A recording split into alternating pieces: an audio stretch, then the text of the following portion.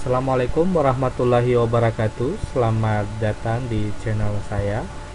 Hari ini saya akan menyajikan tutorial analisis data untuk PBL2 di FKM Universitas Hasanuddin. Kali ini saya akan memberikan contoh cara melakukan uji McNemer untuk data kategorik dan uji beda Wilcoxon untuk data-data numerik pada analisis data yang dilakukan nanti pada saat PBL2. Biasanya kita melakukan penyuluhan, kemudian sebelum penyuluhan kita ada pretest, dan setelah penyuluhan kita adakan post-test. Nah, apakah ada perbedaan antara pre dan post? Bagaimana cara menganalisisnya? Silahkan tetap menyaksikan video ini.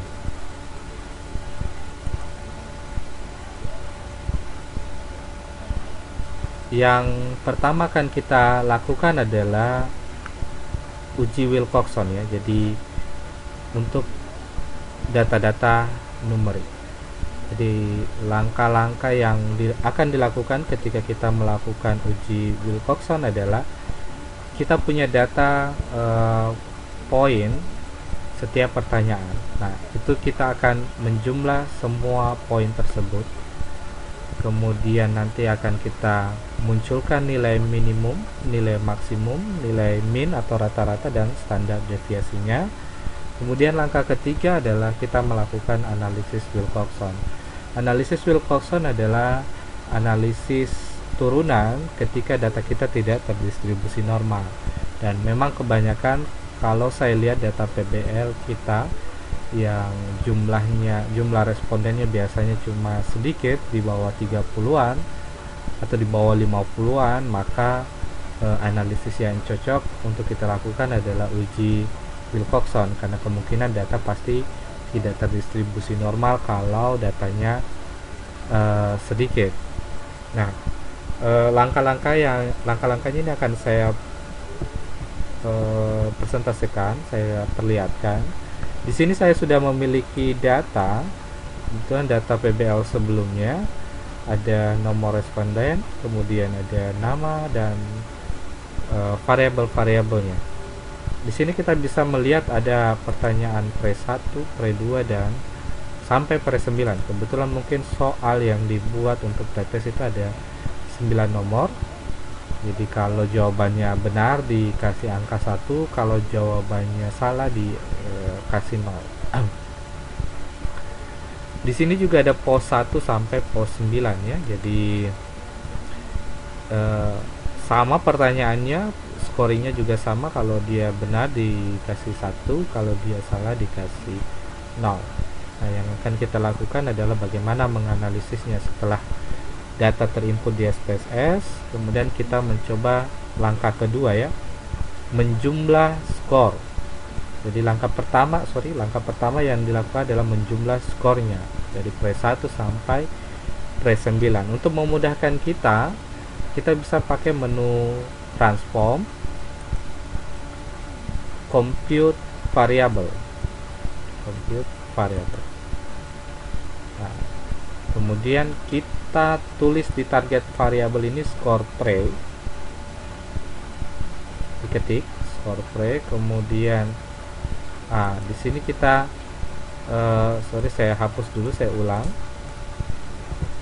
Nah, kemudian skor pre itu adalah hasil penjumlahan dari skor di pre-1 sampai pre-9. Jadi kita masukkan variabel pre-1 ke dalam sini, kemudian tambah, kemudian masukkan lagi pre-2, tambah pre-3 sampai pre-9 ya, pre-6.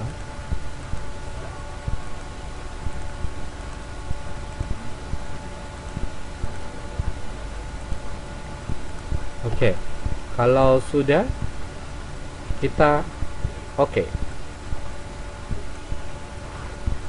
Nah, secara otomatis akan ada variabel baru yaitu skor pre.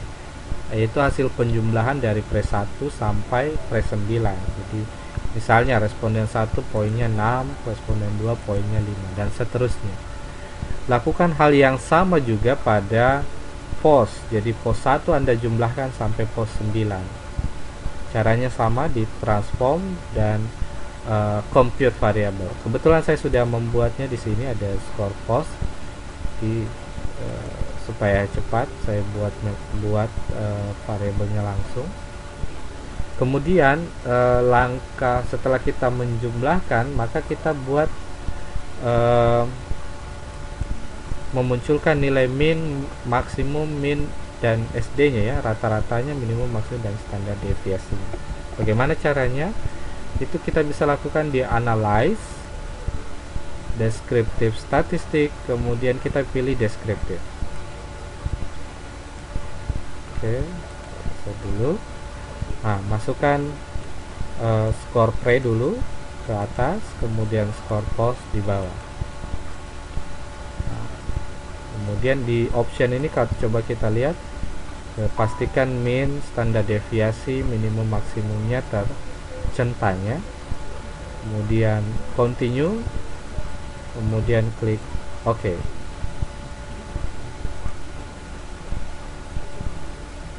Nah, dari sini kita bisa melihat bahwa kelompok pre itu nilai minimumnya adalah 2 ya. Jadi ada yang hanya menjawab 2 benar. Paling tinggi adalah nilai 7. Jadi kita bisa melihat bahwa cukup rendah memang nilainya. Rata-ratanya 4,2 ya, dengan standar deviasi 1,22. Di pos kita bisa melihat dari 37 responden, paling rendah mendapat poin 3, paling tinggi ternyata ada benar semua, yaitu 9. Kalau dirata-ratakan nilainya 6,6, standar deviasi 1,51. Oke. Langkah ketiga adalah melakukan analisis Wilcoxon ya, atau analisis uji non parametrik. Bagaimana caranya? Anda klik analyze, kemudian karena ini adalah uji non parametrik, kita pilih non parametric test. Di bagian sini ada legacy dialog, kemudian ada two related sample. Kita klik itu, kemudian saya reset dulu, kemudian masukkan skor pre di variabel 1 dan masukkan skor post di variabel 2. Jika sudah, pastikan di Wilcoxon tercentang, kemudian oke. Dari sini yang kita lihat adalah nilai seek to tail-nya itu ada 0,00. Apa artinya? Bahwa ternyata ada perbedaan antara ada skor, rata-rata skor antara sebelum dan sesudah intervensi atau sesudah penyuluhan. Nah, tabel inilah yang kemudian kita masukkan di dalam laporan ini. Jadi penyajiannya seperti ini. Misalnya ini contohnya distribusi skor pengetahuan responden sebelum dan sesudah penyuluhan sampah misalnya. Jadi kita tulis tadi nilai minimumnya 2, nilai maksimumnya 7, kemudian ada nilai min, SD nya ya, dan hasilnya 0,00. Itu artinya tadi ada perbedaan skor pengetahuan sebelum penyuluhan dan sesudah penyuluhan, dan dimana kita bisa lihat ada peningkatan ya, dari rata-rata 4 menjadi rata-rata 6. Oke, selanjutnya saya akan menyajikan bagaimana caranya melakukan uji McNemar. Uji McNemar adalah uji kategorik berpasangan ya, jadi kategorik berpasangan. Langkah yang kita lakukan adalah yang pertama kita sama menjumlah semua poin. Yang kedua kita lakukan transformasi jumlah poin menjadi data kategori. Jadi menjumlahkan kemudian transformasi jumlah poin tersebut yang sudah dijumlah menjadi data kategori. Misalnya kita akan membuat data kategori pengetahuan yang rendah dan pengetahuan yang cukup. Nah, nanti akan kita lihat datanya, kemudian kita kategorikan. Kemudian yang ketiga, kita melakukan crosstab dan analisis data. Nah, karena datanya sudah kita jumlah tadi, selanjutnya kita langsung masuk ke langkah kedua, melakukan transformasi jumlah poin ya. Ini tadi kita sudah menjumlahkan skor post dan skor pre. Nah, sekarang kita akan membuat transformasi data ya. Masih ingat transformasi data caranya adalah transform, kemudian record into different variable. Kita akan merecord variabel skor pre menjadi variabel baru ya, different variable. Saya reset dulu. Caranya masukkan skor pre ke dalam input variable, kemudian kita tulis nama variabel barunya, misalnya cat pre ya, kategori pretest. Di label saya tulis panjang.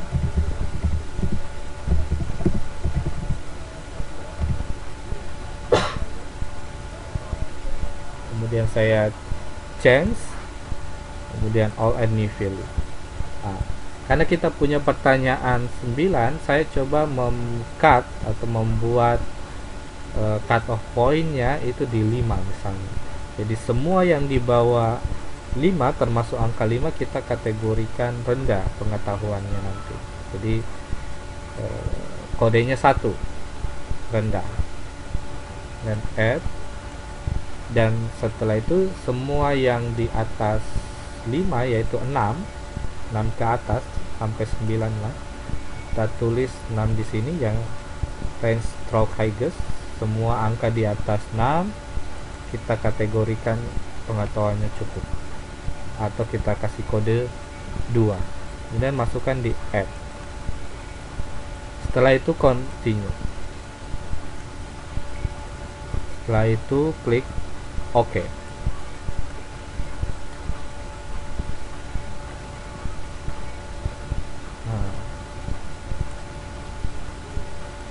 Otomatis nanti akan ada variabel baru ya, 2 di cut pre ini.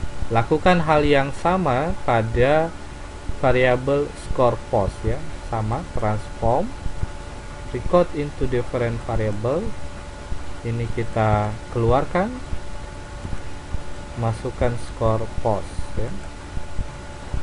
Output variabelnya kita beri nama cut post, di labelnya kategori post text.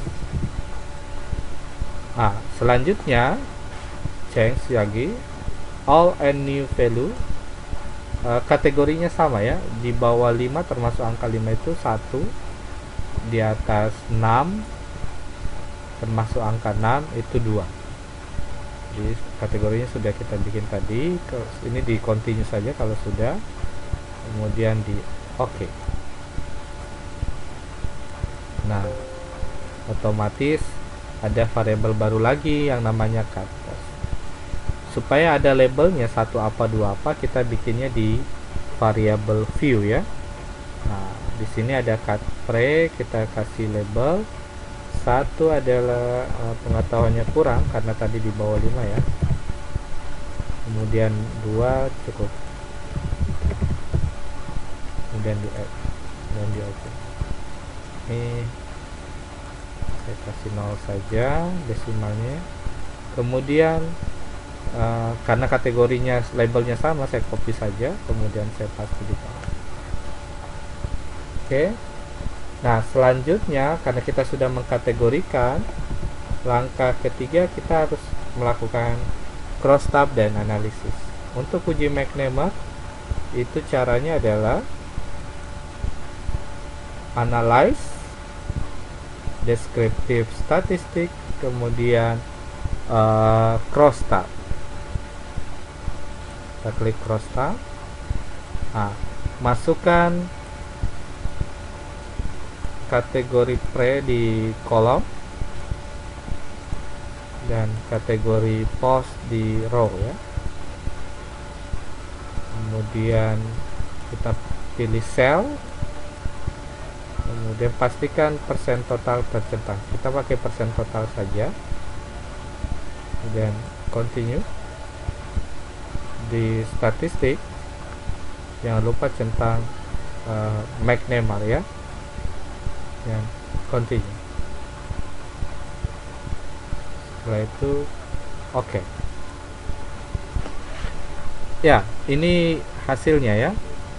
Ini adalah hasil cross tabulasinya. Saya perbesar. Dan ini adalah hasil chi-square-nya. Nah, dari sini kita bisa melihat datanya bahwa ternyata ini kategori play ya. Ternyata efek dari penyuluhan kita itu cukup baik. Dari sini kita bisa melihat bahwa sebelum penyuluhan atau pretestnya itu ada yang kurang ya pengetahuannya, kemudian setelah post test sudah berubah menjadi cukup. Jadi ada perubahan pengetahuan dari kurang menjadi cukup. Itu ternyata ada 25 responden atau 67,6% yang pengetahuannya berubah dari kurang menjadi cukup. Tapi ada juga sih responden yang tadinya cukup tetap menjadi cukup, itu sebesar 10,8%. Yang cukup menjadi kurang ternyata ada satu orang 2,7%, kemudian yang tetap 18,9%. Hasil uji McNamara-nya itu kita bisa lihat ada 0,00. Itu artinya ada perbedaan kategori sebelum dan sesudah penyuluhan, di mana ada sekitar 67,6% responden yang mengalami perubahan atau mengalami peningkatan pengetahuan setelah penyuluhan. Jadi kesimpulannya kurang lebih seperti itu. Nah, tabel inilah yang kemudian kita sajikan di laporan. Contohnya bisa kita lihat di sini. Ini contoh tabelnya. Kita masukkan angka-angkanya, kemudian kita bahas, terutama pada angka-angka yang baik besar seperti ini, yang menunjukkan bahwa efek penyuluhan kita cukup baik, karena kita bisa mengubah pengetahuan orang sebanyak 67,6% dari rendah menjadi cukup. Ya, itulah tadi contoh analisis data untuk data-data PBL. Semoga informasi video ini bermanfaat buat kalian, dan jangan lupa subscribe, like, share, dan komen channel kami. Terima kasih. Assalamualaikum warahmatullahi wabarakatuh.